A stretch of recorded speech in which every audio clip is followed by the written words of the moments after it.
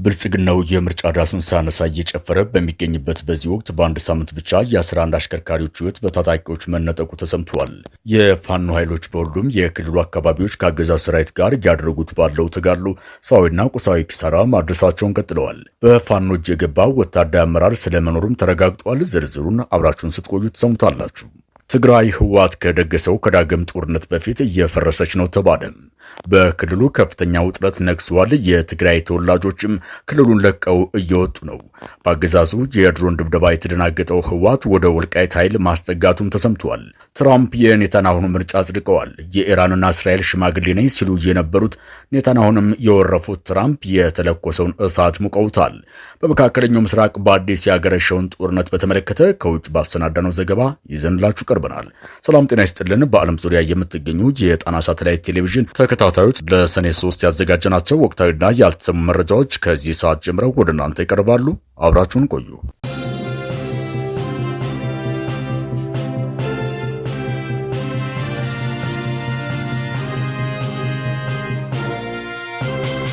የብልጽግናው አገዛዝ ስለ ምርጫው ድግስ እያወራበት በሚገኘው በዚህ ወቅት በአንድ ሳምንት ብቻ 11 አሽከርካሪዎች መገደላቸውን የሚገልጹ መረጃዎች ወጥተዋል።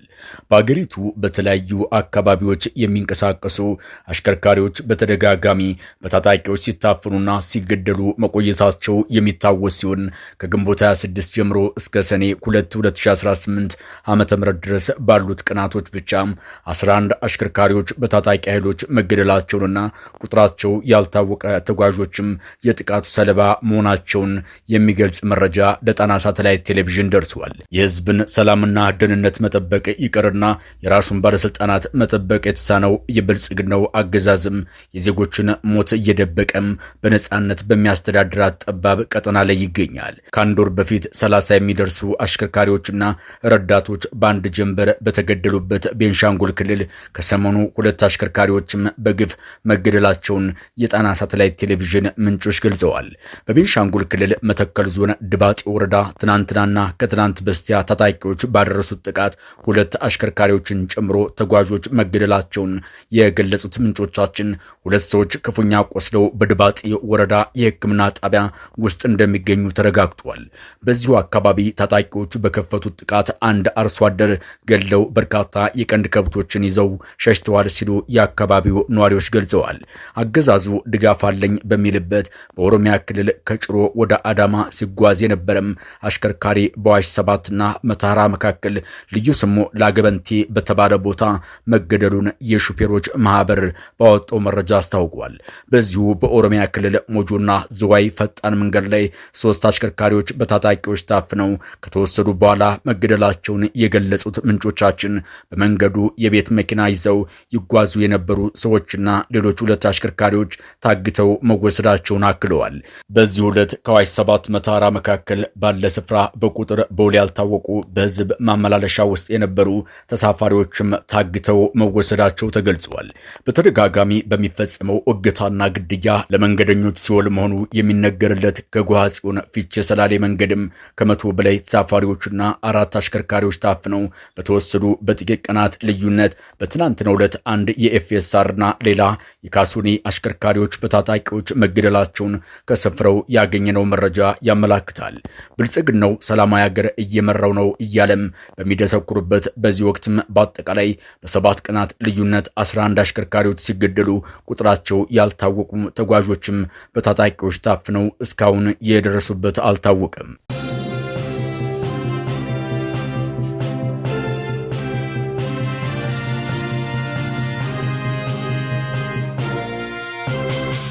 የፋኖ ኃይሎች በደብረ ብርሃን ከተማ ዙሪያ የተሳካ ኦፕሬሽን መፈጸማቸውን አስታወቁም። የፋኖ ኃይሎች በሰሩት ሰርጂካል ኦፕሬሽን ከተማ ውስጥ የነበረ የሚሊሻ ሻምበል መሪው ከነሙሉ ትጥቁ መያዙ ተሰምቷል። የመረጃ ምንጮቻችን ለጣና ሳተላይት ቴሌቪዥን እንደገለጹት በደብረ ብርሃን ከተማ ዙሪያ ወደ ሲያ ደብርና ዋዮ ወረዳ አንቆጨረር ከተማ ዘልቀው የገቡት የፋኖ ኃይሎች በፈጸሙት የተጠና ኦፕሬሽን መካሻ ግደው የተባለ የሚሊሻ ሻምበል መሪ በመሃል ከተማ ከነሙሉ ትጥቁ ማርከው ወስደውታል ተገኝተውበታል ተብሏል። በፋኖ የተማረከው የአገዛዙ ሚሊሻ ሻምበል መሪ ለፋኖ ኃይሎች በሰጠው ቃል ባልጠበቀው መንገድና በቅጽበታዊ ኦፕሬሽን መማረኩን ገልጾ የፋኖ ኃይሎችን እምነትና ታማኝነት አረጋግጫለሁ ሲል ምስክርነት ሰጥቷል። ለአገዛዙ እያገለገሉ ያሉና ለቀድሞ ጓዶቹ የሰራዊት አባላትም ለተሸነፈው ስርዓት በከንቱ የህይወት መስዋዕትነት አትክፈሉ፣ ፋኖን ተቀላቀሉ በማለት ጥሪ ሲያቀርብም ተደምጧል። የሚሊሻ አዛዡን በምርኮ የወሰዱት የፋኖ ኃይሎች በበኩላቸው ለስርዓቱ ያደሩ የአገዛዙ ታጣቂዎችና ወታደሮች አፈሙዙን ወደ ገዡ በማዞር በድል መቋጨቱ የማይቀረውን የአማራ ህዝብ የህልውና ትግል እንዲቀላቀሉ ጥሪ አቅርበዋል ሲል የፋኖ መሪው ለጣና ሳተላይት ቴሌቪዥን ገልጿል። በዚሁ በሸዋ ጠቅላይ ግዛት የፋኖ ኃይሎች ሰፊ ግምገማና ታድሶ ማድረጋቸውን ለጣቢያችን በላኩት መረጃ አስታውቀዋል። በዚሁ የፋኖ ወታደራዊና ፖለቲካዊ የግምገማና ታድሶ መርሃ ግብር ከፍተኛና መካከለኛ የፋኖ አመራሮች ተገኝተውበታል። የፋኖ መሪዎች በየደረጃው ከሚገኙ የክፍለ ጦር አመራሮችና አባላት ለተነሱ ጥያቄዎች ማብራሪያና ምላሽ መስጠታቸው የተገለጸ ሲሆን ሰራዊቱም ለቀጣይ ግዳጅና ተልዕኮ ዝግጁ መሆኑን በመድረኩ አረጋግጧል ነው የተባለው። በታዘዘ ዜና በጎንደር ቀጠና የፋኖ ኃይሎችን በከበባ ለማጥቃት የተንቀሳቀሰው የአገዛዙ ሰራዊት በፋኖ መልሶ ማጥቃት መመታቱ ተገልጿል። በጎንደር ጎደዳባት ወረዳ ዳረቦና ቀረሃ በሚባሉ ቀበሌዎች የፋኖ ኃይሎችን በከበባ ለማጥቃት የመጣው የአገዛዙ ወታደር በፋኖ አባላት በመልሶ ማጥቃት እርምጃ እንደተወሰደበት ተረጋግጧል። ልዩ ስምሪት ወስዶ ለከበባ የወጣው የአገዛዙ ሰራዊት የፋኖ ኃይሎች በፈጸሙት መልሶ ማጥቃት በርካታ ሰራዊቱን ሞትና ቁስለኛ አድርጎ ተመልሰዋል ተብሏል። ፋኖን ከበባ ውስጥ ለማስገባት የወጣው የአገዛዙ ሰራዊት በከባድ መሳሪያ የታገዘ ውጊያ ቢከፍትም የፋኖ ኃይሎች ባደረጉት ስልታዊ ማጥቃት ያለምንም መስዋዕትነት የውጊያ ቀጠናውን መቆጣጠራቸውን ገልጸዋል። በዳባት ወረዳ ዳረቦና ቀረሃ በተባሉ ቀበሌዎች በተደረገው ከባድ ተጋድሎ የአገዛዙ ሰራዊት በርካታ ኃይሉን ያጣ ሲሆን ድል የተቀዳጀው ፋኖ በበኩሉ የቡድንና የነፍስ ወከፍ መሳሪያዎችን እንዲሁም ወታደራዊ ሎጂስቲክ መማረኩን ገልጸዋል። በሌላ ዜና በጎጃም ደጋዳሞት ቀጠና በርካታ የአገዛዙ ሰራዊት ያለቀበት ከባድ ውጊያ መደረጉ ተገልጿል። የአገዛዙ ሰራዊት በፋኖ ኃይሎች በተወሰደበት እርምጃ ድንጋጤ ውስጥ መግባቱን ተከትሎ ንጹሐን ላይ የበቀል እርምጃ መውሰዱም ተነግሯል። በዚሁ በጎጃም ቀጠና ከደንበጫ ከተማ በመነሳት ሰረገላ የተባለች ከተማን ለመቆጣጠር የተንቀሳቀሰው የአገዛዙ ኃይል በፋኖ ስልታዊ ማጥቃት እርምጃ እንደተወሰደበት ለማወቅ ተችሏል። በደንበጫ ዙሪያ የምትገኘውንና በፋኖ ኃይሎች ቁጥጥር ስር ያለችውን ሰረገላ የተባለች ከተማን ለመቆጣጠር በልዩ ዘመቻ የወጣው የአገዛዙ ኃይልም በፋኖ ተሸንፎ አስክሬና ቁስለኛውን ሳያነሳ ወደ ደንበጫ ከተማ ተመልሷል ነው የተባለው። ዘመቻው በፋኖ የመከነበትና ከፍተኛ ኪሳራ ያስተናገደው የብልጽግናው ሰራዊት ሰረገላ ማርያም ቤተክርስቲያን አካባቢ በፈጸመው የከባድ መሳሪያ ጥቃት 2 ህጻናትን ማቁሰሉና በንጹሃን ሀብት ንብረት ላይ ውድመት ማድረሱን የጣና ሳተላይት ቴሌቪዥን የግንባር መረጃዎች ገልጸዋል።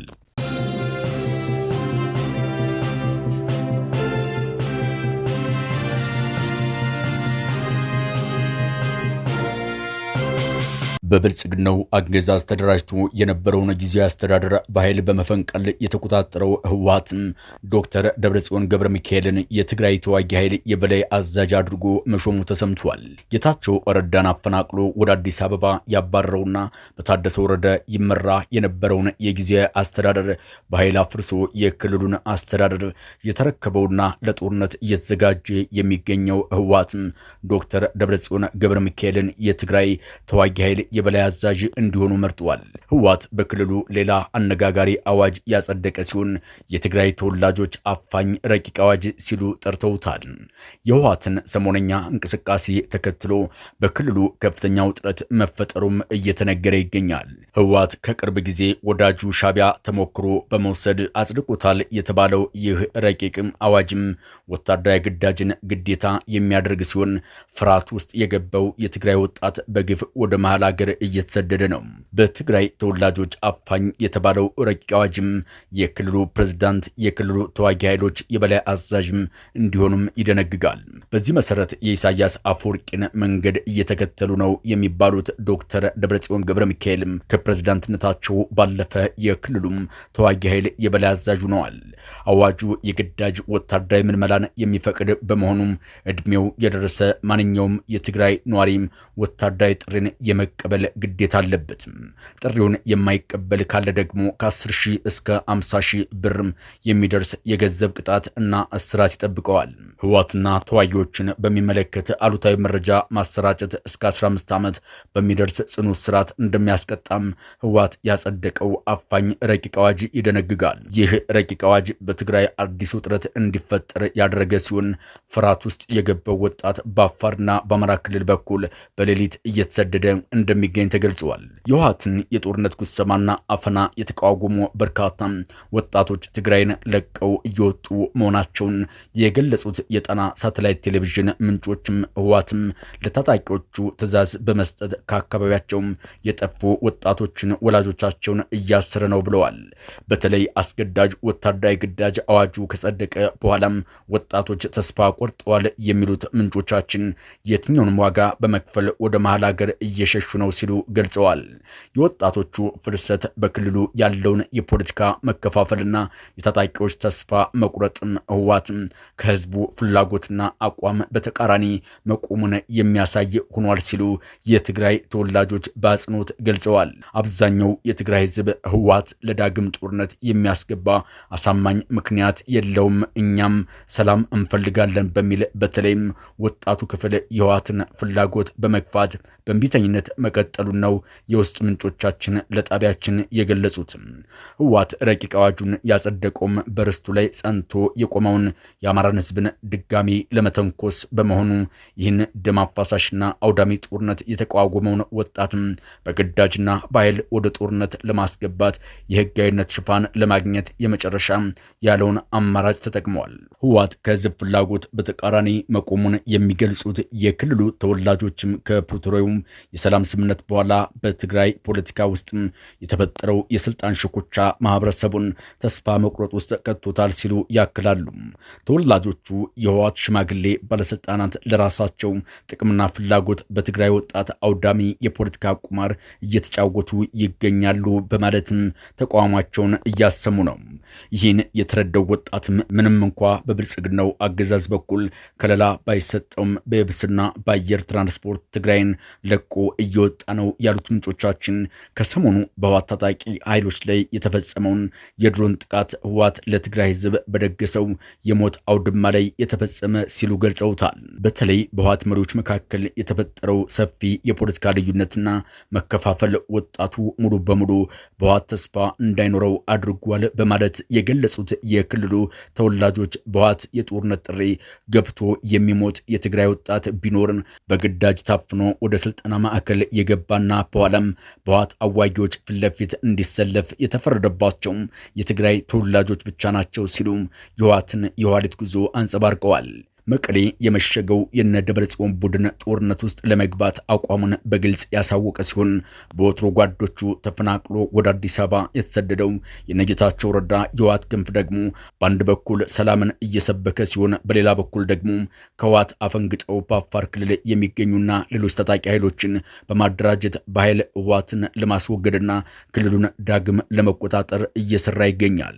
በብልጽግናው መንግስት እየተደጎመ የሚገኘው የነጌታቸው ረዳ ቡድንና ስምረት ፓርቲ በቀኝ እጁ ሰላምን በግራ እጁ ደግሞ ጦርነትን የያዘና በሁለት ካርድ የሚጫወት ነው በመባልም ይታወቃል። አንድ ከትግራይ ክልል መጥተው በአዲስ አበባ የሚገኙ የክልሉ ተወላጅ ለጣና ሳተላይት ቴሌቪዥን እንደገለጹት ከህወሓት አፈና አመልጠው ወደ አዲስ አበባ የሚገቡ የትግራይ ወጣቶችም በነጌታቸው ረዳ ቡድን ጥቆማ እየተያዙ በግፍ እየታሰሩ መሆናቸውንም ተናግረዋል።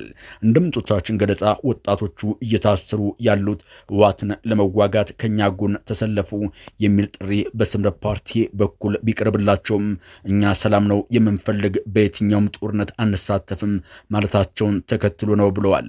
በትግራይ ምድር ህዝባዊ መሰረትና ቅቡልነት አጥቶ የሚገኘው ህወሓት አይቀሬውን ጦርነት ለመክፈት ጫፍ ላይ ቆሟል። ለህወሓት ወታደራዊ ዝግጅትና ወረራ በቂ ምላሽ አልሰጠም የሚባለው የብልጽግናው አገዛዝ ከሰሞኑ በሽራሮና ሸረሪና መስመር የፈጸመው የተፈጸመው የድሮን ጥቃትም የጦርነት መልኩን የቀየረ ይመስላል።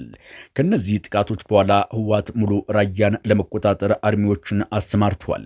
ከፍተኛ የሆነ ወታደራዊ ዝግጅትና የከባድ መሳሪያ ተኩስ ልምምዶችንም እያደረገም ይገኛል።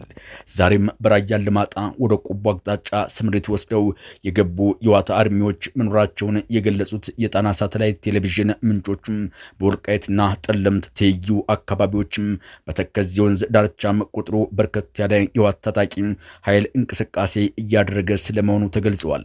የጦርነቱን ዓላማ በግልጽ ያስቀመጠው ህወሓት በስልጣን ዘመኑ በኃይል ተቆጣጥሮት የነበረውና በኃይል አማራጭ ለቆ የወጣውን የአማራን ርስት በድጋሚ ለማስመለስ መሆኑን በተደጋጋሚ ሲገልጽ የቆየ ሲሆን ለዚህ ዘመቻም የአማራን የህልውና አደጋ ለመቀልበስ ጫካ የገቡ የፋኖ ኃይሎችን እጠቀማለሁ ሲልም በኩራት ይገልጻል። በፋኖ ኃይሎች በኩል እስካሁን ይፋዊ የአቋም መግለጫ ባይሰጥም ከእግረኛ ሰራዊቱ እስከ ከፍተኛ አመራሩ ድረስ ከህወሓት ኃይሎች ጋር የሚደረግ የትኛውም ግንኙነት የአማራን ህዝብ ከምድረ ገጽ ለማጥፋት እንደ መተባበር ይቆጠራል በማለትም ተቃውሞ እያሰሙ ይገኛል።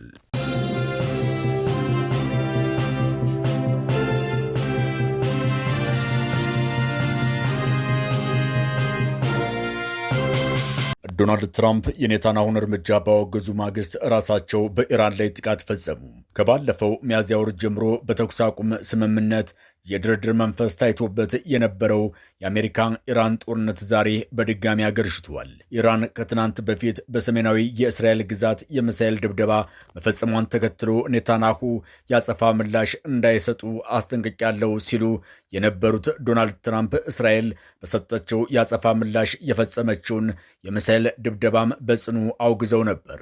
ዛሬ ኢራን በባህሬን በኩዌትና በዮርዳኖስ የሚገኙ የአሜሪካ ጦር ሰፈሮችን በሚሳኤልና በድሮን መደብደቧን ተከትሎ ትራምፕ ውሳኔያቸውን ቀይረዋል። ጠዋት ከእንቅልፌ ስነቃ የአሜሪካ የጦር ሄሊኮፕተር በሆርሙዝ ወሽመጥ አቅራቢያ በኢራን ተመትቶ መከስከሱን ሰማው ያሉት ዶናልድ ትራምፕ ለኢራን ያጸፋ ምላሽ እንዲሰጥ ትዕዛዝ ሰጥተዋል። አሜሪካ በኢራን ለተመታባት ተዋጊ ሄሊኮፕተር አጸፋ የሚሆን በደቡብ ኢራን ድብደባ የፈጸመች ሲሆን ኢራንም በባህረ ሰላጤው አገራት ውስጥ ባሉ የአሜሪካ ጦር ሰፈሮች ላይ ስኬታማ የተባለ ጥቃት መፈጸሟን አስታውቃለች።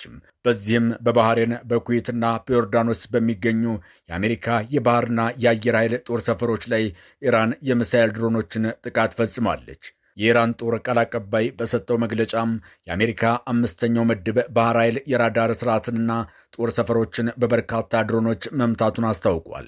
ቃል አቀባዩ በመግለጫው ጥቃቱ በደቡባዊ ኢራን ውስጥ በሚኖሩ ዜጎች ላይ አሜሪካ ለፈጸመችው ጥቃት የተሰጠም ተመጣጣኝ ያጸፋ ምላሽ ነው ብሏል። የአሜሪካ የዜና ምንጮች ባወጡት ዘገባም ኢራን በአራት ሚሳኤሎችና በበርካታ ድሮኖች በባህሬን በኩዌትና በዮርዳኖስ የሚገኙ የአሜሪካ ጦር ሰፈሮች ላይ ጥቃት መፈጸሟን አረጋግጠዋል። ለኢራን እስላማዊ አብዮታዊ ዘብ ቅርብ የሆነው ታስኒም የዜና ወኪል እንደዘገበው ኢራን በዮርዳኖስ በሚገኙ የአሜሪካ ጦር ሰፈር ላይ ጥቃት ፈጽማለች፣ በዚህም የአሜሪካን የጦር መሳሪያ ዲፖ አውድማለች ብሏል። በጥቃቱ ዋነኛ ኢላማ የነበረው እጅግ ዘመናዊ የሆኑት የአሜሪካ ኤፍ-35 ተዋጊ ጀቶች የሚቀመጡበት መጠለያ እንደነበርም በዘገባው ተመላክቷል። በተጨማሪም ፋርስ የተባለው የኢራን ዜና ወኪል አብዮታዊ ዘቡ በፋርስ ባህረ ሰላጤው አካባቢ የሚገኙ 21 የአሜሪካ አየርና የባህር ኃይል ጦር ሰፈሮች ኢላማ ያደረገም ጥቃት መፈጸሙን ገልጿል። የጦርነቱ ማገርሸት መነሻ የሆነውና የትራምፕን ውሳኔ ያስቀየረው አፓቼ የተባለው የአሜሪካ የጦር ሄሊኮፕተር በኢራን ተመቶ መውደቁ ነው ተብሏል። ፕሬዝዳንት ትራምፕ ቴህራን የአሜሪካ ሄሊኮፕተር በሆርሙዝ ወሽመጥ ላይ መትታ ጥላለች በማለት ከከሰሱ በኋላ ሰራዊታቸው በኢራን ላይ ወዲያውኑ ነበር ጥቃት የፈጸሙ። የአሜሪካ ጦር ማዕከላዊ ሴንትኮም እንዳስታወቀው ለተመታው አፓቼ ሄሊኮፕተር አጸፋ ማክሰኞ ሌሊት በኢራን ላይ ጥቃት መፈጸሙን ገልጿል። እዙ ዘመቻው በኢራን ለተፈጸመው ተቀባይነት የሌለው ጠባጫሪነት ተመጣጣኝ ምላሽ ነው ያለ ሲሆን በባህረ ሰላጤው ዳርቻዎችና በሆርሙዝ ወሽመጥ ላይ ፍንዳታዎች መሰማታቸውን አስታውቋል። የተመታው ሄሊኮፕተር 2 አብራሪዎች በአሜሪካ የባህር ላይ ድሮን አማካይነት መትረፋቸውና ምንም ጉዳት እንዳልደረሰባቸው ፕሬዝዳንት ትራምፕ በትዊተር ገጻቸው ገልጸዋል። የመካከለኛው ምስራቅ ጦርነት ዳግም ማገርሸቱን ተከትሎ የዓለም የነዳጅ አቅርቦት በድጋሚ አደጋ ሊገጥመው ይችላል የሚል ስጋቶች በጥሯል። በተለይም ጦርነቱ በተቀሰቀሰ ማግስት የመካከለኛው ምስራቅ ጦርነት ለእኛ ጥሩ አጋጣሚ ነው ሲሉ የነበሩት የብልጽግናው አለቃ አብይ አህመድ ባለፉት ጥቂት ወራት አገሪቱን በነዳጅ እጥረት ምክንያት ጥያቄ ውስጥ ማስገባታቸው ይታወሳል። የአገሪቱን መጠነኛ መረጋጋት ተከትሎ የሆርሙዝ ወሽመጥ ሲከፈት ነዳጅ እንደገባ ያገዛዙ ልሳናት ቢገልጹም በኢትዮጵያ የተከሰተው የነዳጅ እጥረት እስካሁን እንዳልተቀረፈም አሽከርካሪዎቹም እየገለጹ ይገኛሉ። በተለይ አገዛዙ ነዳጅን ለወታደራዊ አገልግሎት ይሆን ዘንድ በካምፕ ውስጥ እየከዘነው ሲሆን፣ በርካታ ባለስልጣናትም ይህንን ግርግር ተጠቅመው ነዳጅን በኮንትሮባንድ እየቸበቸቡት ይገኛሉ። በአሁኑ ወቅትም በአገሪቱ የአንድ ሌትር ነዳጅ ዋጋ 182 ብር እንደሆነ ለጣና ሳተላይት ቴሌቪዥን የገለጹት አሽከርካሪዎቹ በሁሉም የአገሪቱ ማደያ ከ250 ብር በታች አይሸጡም። በዚህም ለከፍተኛ ችግር ተጋልጠናል። ይህ የነዳጅ ዋጋም በቀጥታ በዜጎች ላይ የኢኮኖሚ ጫና እየፈጠረ ይገኛል ብለዋል።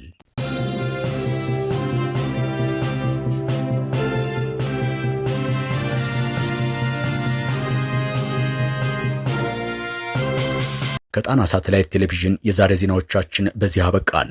ሰብስክራይብ፣ ላይክ፣ ሼር በማድረግ የቻናላችን ቤተሰብ ይሁኑም። አብራችሁን ስለነበራችሁ እናመሰግናለን። ጤና ይስጥልን።